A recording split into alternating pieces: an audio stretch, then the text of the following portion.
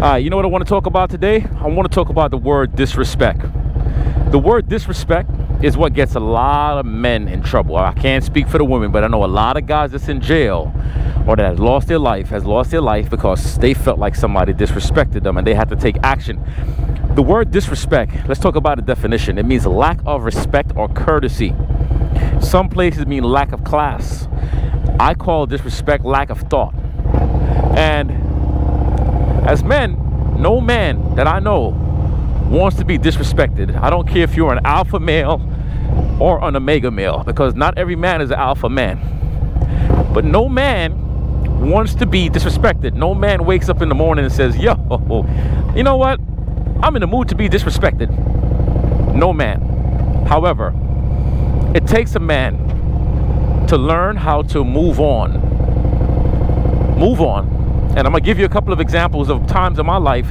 As I'm riding, I'm going to have to think about it, because I don't get this. I'm not used to being disrespected a lot, but I've gotten disrespected in the past. I'll start off with my wife. When I started dating my wife, we used to attend a club called Carib. And Carib was one of my favorite clubs to attend. Carib, man, that was beautiful. So me and her was in the club dancing, having a great time and enjoying the night. You know, I'm with my boys too. She's with her girls and everybody just having a good dandy old time. But at the end of the day, the end of the night, we're walking outside, walking to my car, and I see a white Lexus pull up. The window comes down. Two guys is in the car, and the guy in the passenger side starts talking to my girl while I'm holding her hands, and he's like, yo, you are beautiful. And I looked at him and I said, oh. And I looked at my wife and said, oh. And then I said, yo, you don't hear the guy talking to you? Tell him thank you. So she said, thank you. So I looked at him and I said, yo, what about me? Do you think I was beautiful too? And what he didn't realize, I already started working my way up to his car, and I was already on his car, already up to his car. In other words, even if he had to pull something out, he would have not been able to be successful. So I had a really simple talk with him, and I said, yo, that's disrespectful, my man. So, you know, I let it go. My wife was like, let it go. At that time, she was my girlfriend. Now, back in them times, this is like 2000 and, let me see, what year was that? That was like 2006, maybe 2005. At that time, I was kind of coming out of my shell. Not being too aggressive, being calm, being relaxed, because the older version of me would have probably done something. But I let it slide, and then the following weekend, I'm in the same club, I see the same guy, and I walk up to him, handed him a beer, and I said, yo, you remember me? And he said, yeah. I said, that's all I wanted to know. And I walked off. Later on, he came back up and apologized for his actions, because right then and there, he knew. That's when he knew he effed up. I didn't have to be aggressive with him. Actions alone handled the situation. Another time that was disrespectful with my wife again, because you see where I'm headed? Most disrespect normally happen when a woman is involved. Men, for some reason, feel like they have to disrespect you through your female.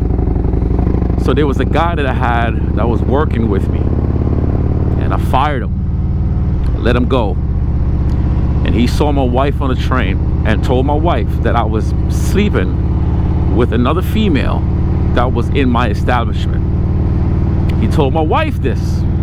Now we know that on the streets, you basically going to get dealt with. You're going to get dealt with in ways that the law cannot handle, right? You got to be the one to step it up. Now, most people, what I said in the beginning, go to jail because of that. I handled it the way I needed to handle it, which was cool, calm, and collective. And I had a really good conversation with this brother. And I explained to him the seriousness of the situation. Once again, without causing harm. I'm getting to a point.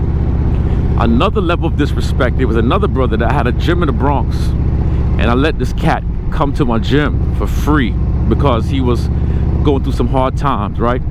And he was known in the community to be this massive beast mode killer dude. Like, this cat was, he had a record. He had a history of violence and aggression.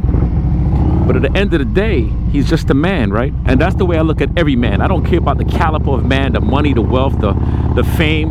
I don't care about none of that. So let him in the gym. So one day I'm in the gym, I'm working out. I'm training, me and my brothers. We all working out, having a damn good time, going hard as we normally do.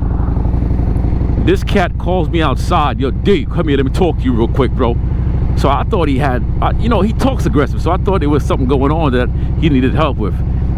This man called me outside and was asking me, why am I outshining him in my own damn gym? In my gym. Why are you outshining me? Yo, bro. And this cat was mad. I said, bro, I'm gonna let what you're saying slide, bro. Because, you know, not by this time, he's getting loud. So a lot of guys is coming outside. They're like, yo, D, you good? I'm like, I'm good. You see cats coming out from different stores, different parts of the block. Because first of all, that neighborhood, put it this way, I was protected in that neighborhood. So I squashed everything. I laughed everything off. I said, nah, we good, we good. Make a long story short, this cat went home. Weeks after that, I hear guys calling me like, yo, this is out here talking about he wanna do harm to you, he wanna end your life, he wanna rob you, he wanna bash your face in, he wanna do all this stuff. And this is what I'm hearing from people, from his disrespect. Now keep in mind, in his life, in his mind, I disrespected him by working out too hard in my own gym. Now we can say that's right, that's wrong, but that's his perception. Everybody have their own damn perceptions. I get it. So what I did, I took a breather. It got to the point to where I was gonna do stuff and handle it the way I felt like I needed to handle it at that time. But I had to say my prayers. I had to tap in. I had my brothers come to my gym. I had dudes come to the gym, lock in the gym with me, handling the situations to make sure that nothing went down the way they heard it. I even had one of the guys that he spoke to that they wanted to do something to him because he didn't know that they knew me. Small world, right? So how did I handle it? I ended up making a phone call, talk to the brother on one-on-one. I'm a martial artist. He's always competing about my martial arts. He would knock my head off and always joked about that. So I said, me and you will get together, since you want to do all that to me, and me and you will we'll go at it one-on-one, me and you. You don't got to bring nobody, I don't bring nobody. Now, this is some serious stuff, guys, and I'm not trying to sound tough here. What I'm trying to show y'all is just how I handled levels of disrespect. So he was telling me, nah, D.O., man, I don't want to take it to that level, man. I was high, I had all this stuff going on and da-da-da. But I said, listen, I understand that, but you already went out there and spoke to so many people in the block already. So now, if I let you slide and I say it's okay, so what that's telling me is telling everybody else that it's okay to come to my house and do what you did and think it's going to be okay. Nah, bro, I'm going to advise you not to come back to my neighborhood. And I meant that. I said, if you come back to the block, it's going to be problems, because I'm going to take it as a threat. If you come back to the block, I'm going to take it as a threat, and trust me, it's going to be a threat, and it's not going to be a good outcome. Well, guess what? He never came back to the block. A few years later, he's talking to a few of the brothers, and he's telling them, yo, D is the realest dude I ever met in my life. If that dude needs help from me, bro, he got my back. I got his back 100%. And you know what? He damn sure did, because I had a couple of guys that tried to do some stuff in my gym, and who's the one that protected that gym? Same dude. And I'm not calling names, guys. Now, last night, I'm out with some of my brothers having a good time. There's one brother that pulled up. I tried to shake his hands. He didn't shake my hands. He looked at me, I ain't got nothing for you. I ain't got nothing for you, right? Felt disrespected for like 5 seconds, because I've dealt with levels of disrespect in my life. Like I said, it wasn't a lot, but I've dealt with enough to know if it's my pride kicking in or it's my ego kicking in, right? And I learned how to breathe it off and move on, because at the end of the day, I don't know him and he don't know me, so he don't want to shake my hands. Who am I to worry about that? Is that going to make me rich? Is that going to make me become a better person in life? No, it's not. So I had to swallow my spit, swallow my pride, remove all of those emotions out the way, and allow myself to breathe. So today's video, I shared these little stories. Of course, I didn't go too deep into these stories, but if you're a man or a woman and you're going through levels of disrespect, and remember, disrespect is a lack of respect, right? Lack of courtesy. Just remember, most of the times, a person will feel disrespectful, disrespected, based on your own preferences, based on your likes, your do's, your don'ts, your laws. Okay? And there's nothing that in the world that can stop somebody from, one, being disrespectful, or two, being disrespected. It's all about the perception. And I'm learning still to this day to stay calm, to relax. Don't let somebody's one action destroy your whole entire life. And in the beginning, I spoke about the guys, right, who they live their life worried too much about being the alpha. And if somebody disrespect them, they're gonna have to show them proof, punch them in the face, stab them, shoot them, whatever. They got cats that do that. Now, these guys, they're in jail, they're locked away, and the same people that they were going against that survived is probably at home banging out their wife, banging out their girl, becoming a father to their kids, while they're in jail, locked the hell away over something that they should have walked away on. So my point to y'all today is, don't let another man's pitiful or petty actions take you out of your comfort zone. I swear to you, yo. And I know all of y'all, if you're old enough, you can definitely relate to this video, because I know that you've been there. You're probably going through it right now. You know what I'm saying? But don't let any of that stuff stop you from your growth potential, stop you from your freedom, because it's easy to lose your freedom. I don't care if you're black or white. It's easy to lose your freedom. But I will say, especially if you're black, because you will be into those cuffs way faster than a white guy. And I'm speaking that from facts. Okay, I've had situations in my life, man. Okay, so on a side note, I'm rocking this leather jacket.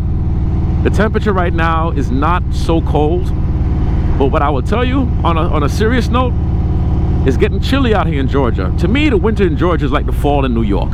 New York is brutal. Winter time is brutal. But I rode last night and I had this jacket on. I didn't feel no wind chill. And I had on a thermal and a sweater underneath this jacket. I had it zipped all the way up, and I felt comfortable with no heat gear yet. No heat gear yet, which I will be getting.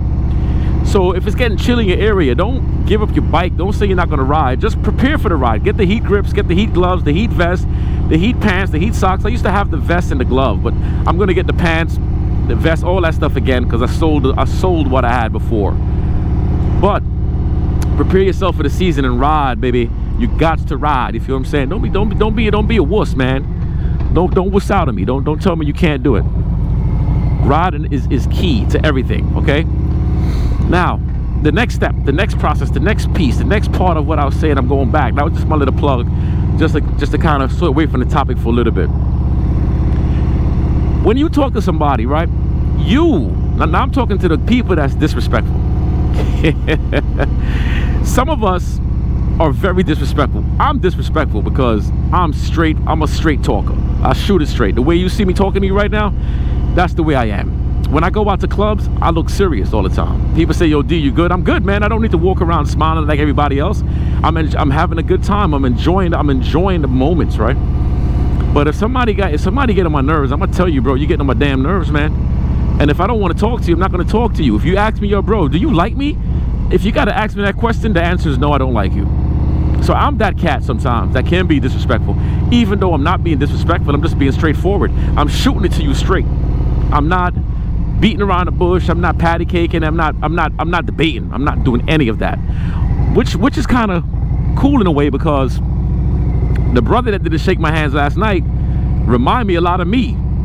You know what I'm saying? Because he's being real. And how can somebody like myself say I'm real, but yet I can't handle the real? Think about that for a second. That don't make no sense, does it?